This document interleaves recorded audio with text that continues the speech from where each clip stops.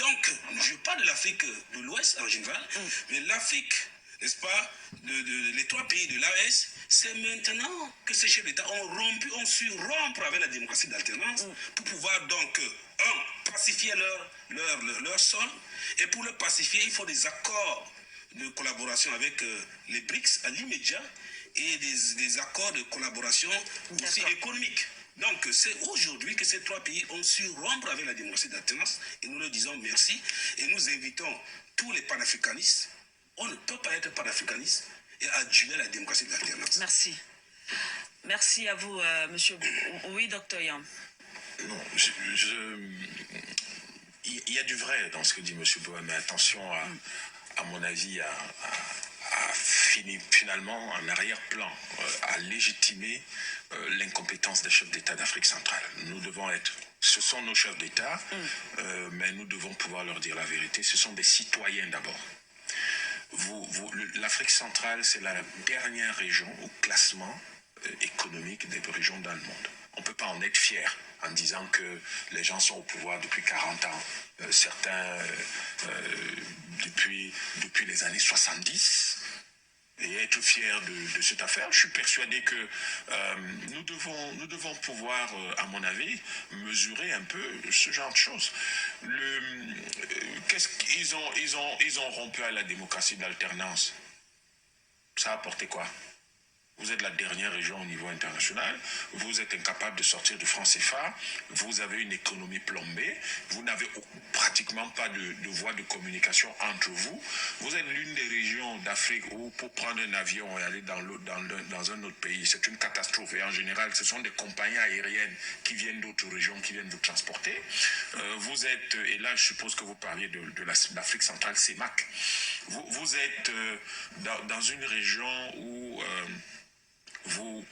Vous connaissez l'un des taux de chômage les plus importants dans le monde. Le secteur formel représente pratiquement rien du tout.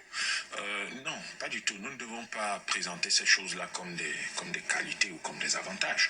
Nous devons les présenter comme étant des limites structurelles et systémiques qui sont liées au fait que ces chefs d'État n'ont pas su aller là où il le faut. C'est une question de souveraineté politique, de contrôle politique de nos espaces. Et les chefs d'État d'Afrique centrale, quoi qu'on en dise, ne contrôlent pas du tout les espaces politiques aujourd'hui. Pourquoi? Parce que politique, ça ne veut pas dire je suis président. Politique, c'est l'organisation de l'État, l'organisation du peuple, du pays. Et la conséquence, ce que nous observons aujourd'hui, c'est que ces gens, vous dites, il n'y a pas eu de remontée spectaculaire. Si, il y en a eu à RCA. Je crois que quand on est arrivé, il ne contrôlait même pas 30% du territoire. Donc, il y a eu des remontées spectaculaires en Afrique centrale aussi. Les remontées spectaculaires, il y en a eu. On a eu des terroristes qui sont arrivés aux portes de N'Djamena il n'y a pas longtemps. Donc, Boko Haram, évidemment, on s'est battu, mais attention, les 6 pays, ce n'étaient pas les pays de la CEMAC seulement. C'était avec des pays de l'Afrique de l'Ouest. Il y avait le Niger, le Nigeria au moins, je crois, et puis le Bénin. Donc, nous devons tenir compte, parce qu'en Afrique centrale, c'était le Cameroun, le Tchad. Le Tchad, voilà, oui. donc, il y a même beaucoup plus de pays d'Afrique de l'Ouest que d'Afrique centrale. Le problème de fond, c'est que, et c'est la grosse difficulté en Afrique centrale, les chefs d'État font tellement de culte de la personnalité que les gens ont peur de leur dire que non, messieurs, vous avez tort, ils ont tort. Si vous ne leur dites pas ça, ils ne changeront jamais. Ils resteront comme ça et les gens vont penser qu'ils peuvent rester au pouvoir pendant 60 ans. C'est inacceptable. La démocratie d'alternance n'est pas le fondement, par exemple, du communisme chinois, mais il y a alternance en Chine. Ce n'est pas sur le modèle occidental, oui. Mais il y a une alternance qui se voit et qui construit le pays. La Russie n'a pas forcément le modèle occidental, mais il se voit qu'il y a des élections régulières avec une alternance. Donc, le problème de l'Afrique centrale, et ça c'est quelque chose de très grave, c'est une tâche dans l'histoire de l'Afrique, c'est que si vous prenez la plupart des présidents qui sont là, vous vous demandez, la plupart d'entre nous ici, si vous allez gratter un peu, certains parmi nous n'étaient même pas encore nés quand ces gens sont arrivés au pouvoir, beaucoup étaient peut-être des gamins ou peut-être des bébés, et ils sont toujours au pouvoir. Le seul problème, c'est que vous n'avez ni route, ni eau, ni électricité, ni laboratoire d'université de qualité, vous n'avez pas les infrastructures de base, et vous n'avez pas un niveau de développement qui vous permette de justifier le fait que les gens soient là. Que quelqu'un soit au pouvoir depuis 30, 40 ans, et qu'on voie quand même que qu'il a construit le pays est une chose qui peut éventuellement Yann Timba, être bouya! quand même. Non, il est excellent. Il est excellent, le frère. Bon, je dois dire que c'est un des piliers aussi de l'Afrique Média et au Forum Média et tout ça. Vraiment très, très cultivé, très instruit. Hein, je crois qu'il est docteur en économie.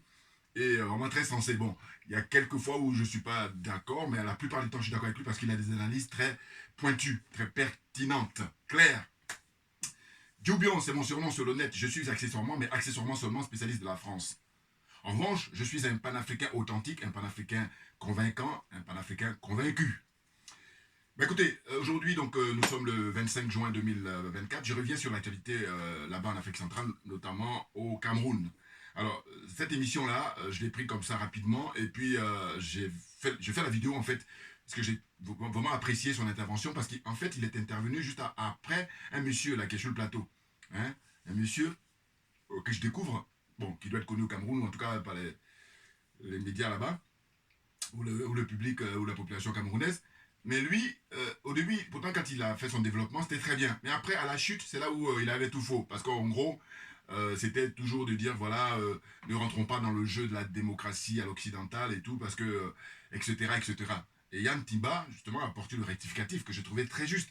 Parce qu'il a dit, bon, que vous restiez au pouvoir pendant 40 ans, 50 ans, c'est pas le problème. Le problème, c'est est-ce que vous avez travaillé? Quel est le bilan? Voilà. C'est ça qui est énervant même, j'allais dire. Parce que je ne comprends pas que ce minimum-là, ils ne peuvent même pas avoir ça comme réflexe intellectuel. Comprenez? Mais oui. Parce qu'au fond, d'ailleurs, j'ai même pas la peine de donner des exemples des pays lointains. Parce que Yann Timba, il a donné l'exemple de, je ne sais plus si c'est Singapour, en tout cas un pays d'Asie, où le président est resté très longtemps au pouvoir et il a construit son pays d'Asie là-bas. Hein? Qui doit faire partie sans doute des dragons là.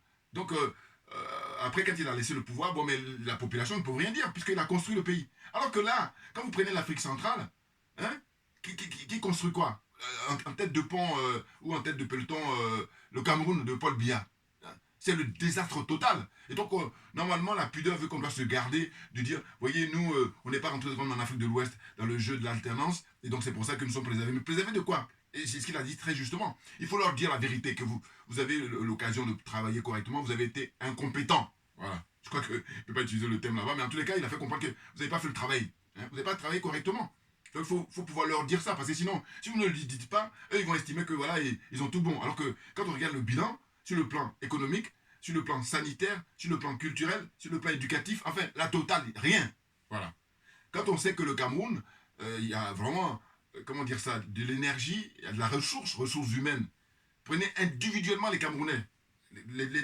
Prenez les grosses pointures.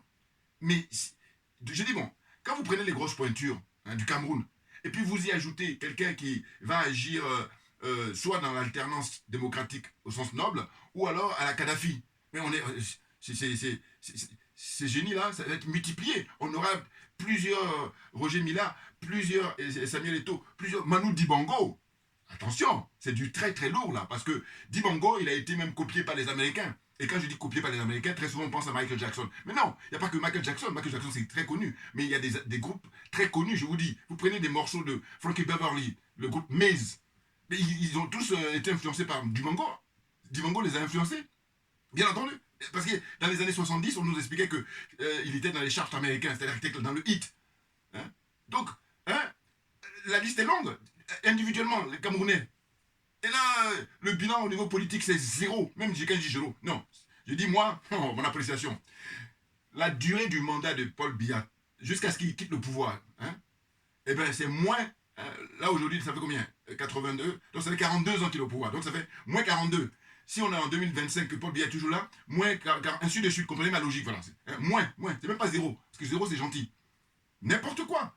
C'est incroyable. Et là, il ne veut pas reconnaître qu'il a mal analysé. Et puis, à chaque fois, il voulait rajouter, alors qu'ils ont plusieurs thèmes à aborder. Parce qu'il faut savoir qu'ils ont commencé à évoquer plusieurs thèmes dans l'émission, notamment la visite qu'a effectuée là, récemment, c'était hier, lundi, hein, 24 juin 2024.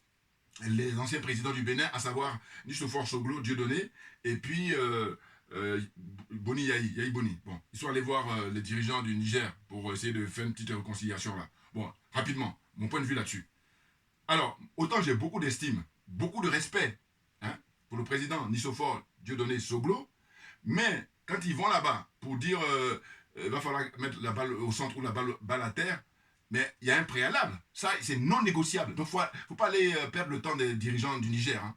Patrice Talon héberge des militaires français, des bases militaires françaises. Il faut qu'il les démantèle préalablement. Qu'il n'y ait même pas un seul conseiller militaire là-bas, français, sur place. Voilà. Ça, une fois qu'il a fait ça, maintenant on va rentrer en négociation. Sinon, il n'y a pas de négociation possible. Donc ne perdez pas le temps des gens. C'est facile à comprendre ça quand même. Voilà, franchement. Donc on a appris là qu'effectivement ils sont allés faire le voyage. J'ai regardé quelques images, leur descente de voiture et tout ça. Ils ont été reçus, je crois, par le ministre, je ne sais pas si c'est le ministre de la Défense ou en tout cas, voilà, il est intérim militaire là-bas. Mais non, moi, le litige entre le Bénin et le Niger, ou le Niger et le Bénin, c'est que Patrice Talon, il veut jouer plus royaliste que le roi. Hein, je vous dis, il admire d'un côté Alassane Ouattara, de l'autre côté le président rwandais Kagame. Il les admire, hein, voilà, sont ses références, hein, entre autres. Mais en tous les cas, ce qui est sûr, c'est que là, le président Tchiani, je vous dis, c'est une chance historique pour le peuple béninois, parce que ce monsieur va permettre à ce que monsieur Talon revienne les pieds sur terre. Parce qu'il était parti pour faire 3 mandats, 4 mandats, 5 mandats, ainsi de suite. Et que donc, les présidents Yahi Boni, d'ailleurs, Boni, je dis qu'il prenne sa retraite, parce que lui aussi, il est responsable de la venue de... Il n'est pas le seul, mais voilà. Hein, le fait que Patrice Talon ait pu prendre le pouvoir au Bénin, voilà, je le tiens pour responsable Yahi Boni. Et puis je vous dis, complexé qu'il est Yahi Boni, je ne peux pas le supporter. Quand je le vois dans les images, qu'il aille à la retraite définitivement. Il fait fatigant ça, ces gens-là. Hein, je vous dis, il a peut-être été un très bon banquier, mais c'est pas pour autant, en tant que président, je donne 0 le Yahi Boni. Il fatigue les gens. Bon, donc ce que je disais, c'est que je dis, aller se déplacer là-bas au Niger pour dire voilà, c'est la population qui souffre et tout, mais il ne faudrait pas que ce soit Patrice Talon qui soit le bénéficiaire. À ça, il faut qu'on soit d'accord là-dessus. Il faut dire à Patrice Talon, nous allons négocier, mais tu pars à la fin tu signes. Hein, et puis on fait la publicité à la population partout, que Patrice Talon dit que jamais il va se présenter pour 2026. Et puis il ne va pas mettre aussi quelqu'un de son bord. Il va favoriser à ce que tous les enfants du Bénin puissent se présenter à l'élection en 2026. Voilà. Ça, il faut insister qu'il écrive, qu'il fasse la publicité là-dessus. Parce que là, on a la publicité est faite comme quoi vous êtes allé au Niger pour rencontrer les dirigeants du Niger pour calmer le jeu. Non, il y a un préalable, et ce préalable-là, tant qu'il n'est pas levé, tant qu'il n'est pas respecté, il est hors de question. Il faut laisser le général Tchiani travailler avec, comment on appelle ça, les dirigeants du Niger. Tranquillement, tranquillement. Non mais c'est bon quoi. Bon, alors, on va revenir au Cameroun là. Bon. Cameroun et Afrique centrale. Bon. Mais Yann Timba, je dis j'aime beaucoup parce que très souvent, hein, très bon dans les traits, il est très pointu ce garçon. Voilà, c'est ce monsieur. Hein? Voyez-vous? Donc là, j'ai apprécié. Voilà. Parce que je dis très souvent ce que j'aime pas à Afrique Média, c'est qu'ils n'osent pas. Bon, c'est vrai qu'ils ne parlent bien, mais on a compris. Voilà, on n'est pas bête, on a compris que voilà, ils visent bien, entre autres. De dire, mais attendez, être au pouvoir, c'est une chose, mais travailler. Travailler de manière à ce que, justement, on puisse constater que là-bas, vous avez réalisé quelque chose et puis on peut quand même vous soutenir. Je veux dire, quand on donne l'exemple du président Félix Houphouët-Boigny, par exemple, bon, eh bien, quoi qu'on dise, il a quand même fait un minimum en construisant son pays. Hein? Donc ça lui permet d'avoir un petit 8 ou 10 sur 20. Hein? Voilà. Professeur sévère. Là. Bon, mais sinon, ça n'a rien à voir avec ceux qui viennent là pour couper la tête des citoyens, hein, pour se maintenir au pouvoir. Hein? Et puis on joue au ballon avec ça. Suivez mon regard, Alassane Ouattara par exemple. N'importe quoi. Franchement. Donc là, franchement, c'est hyper important de dire les choses telles qu'elles sont, de faire le bilan, surtout le bilan. Et je dis qu'il n'y a pas besoin d'aller prospecter très loin. Il faut juste citer l'exemple du président, enfin du colonel, Muammar Kadhafi. Et oui, Kadhafi, je vous dis, c'est disponible sur Internet, vous avez les images d'archives. Vous allez voir, quand il était au pouvoir, il est resté quoi, 40 ans ou 43 ans, je ne sais plus, plus de 4 décennies en tout cas, il est resté au pouvoir. Mais son pays, quand il était encore là, eh ben, il n'y a rien à dire au point de vue niveau de vie. Ils étaient très bien les Libyens, très bien lotis, parce que leur richesse, hein, ils permettaient aux citoyens d'en bénéficier. Sur le plan sanitaire, sur le plan de l'éducation, hein, tout. Ils étaient tranquilles. Ils avaient même un niveau de vie très élevé par rapport à beaucoup de pays, hein, qu'on dit souvent développés d'Occident. Là. Voilà, donc ça c'est un exemple à suivre. Je l'ai déjà dit dans le passé, mais je le répète encore, je dis, bon, voilà. Pour moi, selon moi, il y a 2 écoles. Soit vous adoptez la démocratie au sens noble du terme, sachant que quand je dis sens noble du terme, c'est-à-dire que on préconise la transparence, hein, on accepte que les richesses du pays appartiennent à tous les citoyens, et pas toi et ton groupe. Parce que le problème de l'élite africaine, c'est ça. Et quand ils arrivent, ils estiment que c'est eux seuls qui sont les élus de Dieu. Voilà. N'importe quoi, des perturbés. Je dis, il faut les amener à l'hôpital pour les soigner. Là, je me vais être un être humain en disant ça. Vous voyez? Donc, franchement, souvent ce que je leur reproche, les gens de l'Afrique média, je dis, mais vous allez critiquer les présidents des autres pays là, alors que chez vous, comme on dit, la charité bien ordonnée. Et il se trouve que Paul Biya, pas du tout exemplaire. Voyez-vous? Pas du tout exemplaire, excusez-moi. Il est là. Hein? Il n'est pas exemplaire. Donc c'est ainsi que je dis, il faut se garder d'apporter des critiques à l'étranger ou en tout cas à l'extérieur, alors que chez vous, il y a beaucoup à dire, il y a beaucoup à écrire. Hein? C'est ça qui est clair. Franchement. Non, j'ai beaucoup apprécié. Moi, j'ai apprécié que j'ai dit, bon, il faut que je fasse une vidéo. Alors que initialement, c'était pas prévu parce que là, j'étais en train de réfléchir pour faire une vidéo sur la visite officielle qu'a effectuée Bassirou Diomaye Faye, le nouveau président du Sénégal, d'une part, et puis d'autre part, une autre vidéo sur un autre sujet. Mais là, tout de suite, là, j'ai pris connaissance ce matin là, de cette émission-là. Je dis, mais non, mais son intervention est hyper intéressante. Parce que on est au cœur du sujet, là, au cœur du débat. Hein. Parce que là, je vous dis, ce monsieur-là qui a parlé avant, hein, il disait, oui, vous voyez, en Afrique de l'Ouest, ils sont tombés dans le panneau parce qu'il y a l'alternance à l'occidental, et puis c'est pour ça qu'on en a là. Et puis, à la limite, ils trouvent grâce au pays de l'AES. Mais non, mais attends. Le problème, il est quoi? Le problème, c'est qu'eux, ils sont en avance, les pays comment dire ça, d'Afrique de l'Ouest. Parce qu'ils ont déjà expérimenté. Tandis que l'Afrique centrale, Paul Biya, quand il va plus être au pouvoir, le chaos. Donc ça veut dire que vous êtes en retard. C'est ça qu'il faut dire. Et à tous les niveaux. C'est-à-dire qu'en quoi, vous allez croire quoi? Vous allez croire que là, vous allez faire l'économie d'une révolution? C'est pas possible. Parce que si il avait justement construit le pays comme il le fallait, de grandes écoles, de petites écoles, des écoles moyennes, hein, des routes hein, qui vont partout dans tout le territoire, hein, qu'il n'y ait pas de délestage, hein, et qu'est-ce qu'il y a encore hein, que les plateaux techniques, c'est-à-dire au niveau des hôpitaux, tout ça bien équipé, là c'est nickel. Oh, c'est pas le cas. Alors que c'est un pays qui a les moyens de le faire. Simplement, ceux qui ont dirigé le pays avec lui depuis plus de 40 ans, eh ben, ils ont passé leur temps à détourner les richesses du pays, hein, à se faire corrompre. Et puis, j'ai aussi aimé Yann Timba, à un moment, il a apporté une précision, parce que le monsieur qui parlait là auparavant, vous voyez, il disait oui, en fait, l'oligarchie mondiale, ça compose donc aussi des nègres. Non, Yann Timba dit non. Eux, ils ne font pas partie de la danse. Ils sont là juste en apparence, mais les autres ne les considèrent pas, clairement. Ils ont quand même des miettes. Il faut le dire aussi. C'est incroyable, ça. Et puis, je vous dis, ce qui est drôle, c'est le fait, ils ont encore regardé cette émission, excusez-moi, c'est qu'il était vexé, donc il ne voulait pas reconnaître que là, il a fait une fausse analyse. N'importe quoi. Mais, attendez, quand ils tiennent le G7, là, ils savent, c'est le club très fermé sur la, comment dire, les oligarques, comment dire ça, le Coderme, ils sont entre eux. Et que, de temps en temps, comme ça, pour amuser la galerie, il faut venir des négros. Mais quel pouvoir ils ont? Ils sont même pas des spectateurs, c'est des silhouettes. Enfin, je veux dire, n'importe quoi. Il faut en être conscient. Parce qu'au fond, j'ai dit, bon voilà, on va dire que oui, effectivement, ils sont très riches et tout ça, mais il faut comparer avec ce que les multinationales détournent. Ils ne payent pas les impôts là en Afrique, hein, dans les différents pays. Il y a tout ça à dire.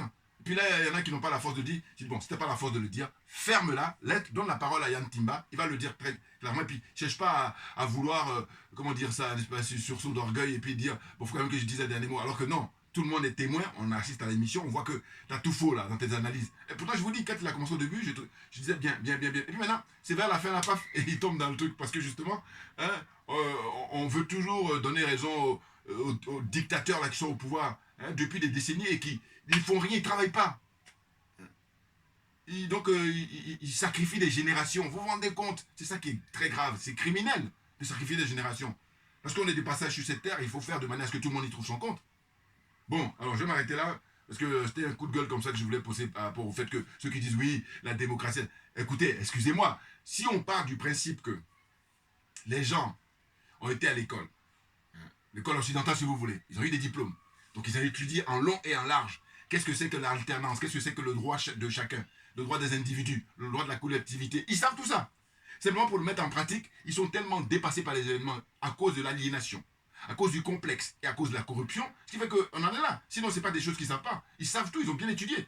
Ils sont docteurs en économie, docteurs en droit. Tout ça, plein de diplômes. Et puis maintenant, quand tu dis, bon, vas-y, viens appliquer maintenant pour que ça serve l'intérêt général, il n'y a plus personne. Donc c'est ça dont il s'agit. À dire, oui, la démocratie, mais non, c'est bien, parce que ça permet à ce que... Le pire, c'est quoi?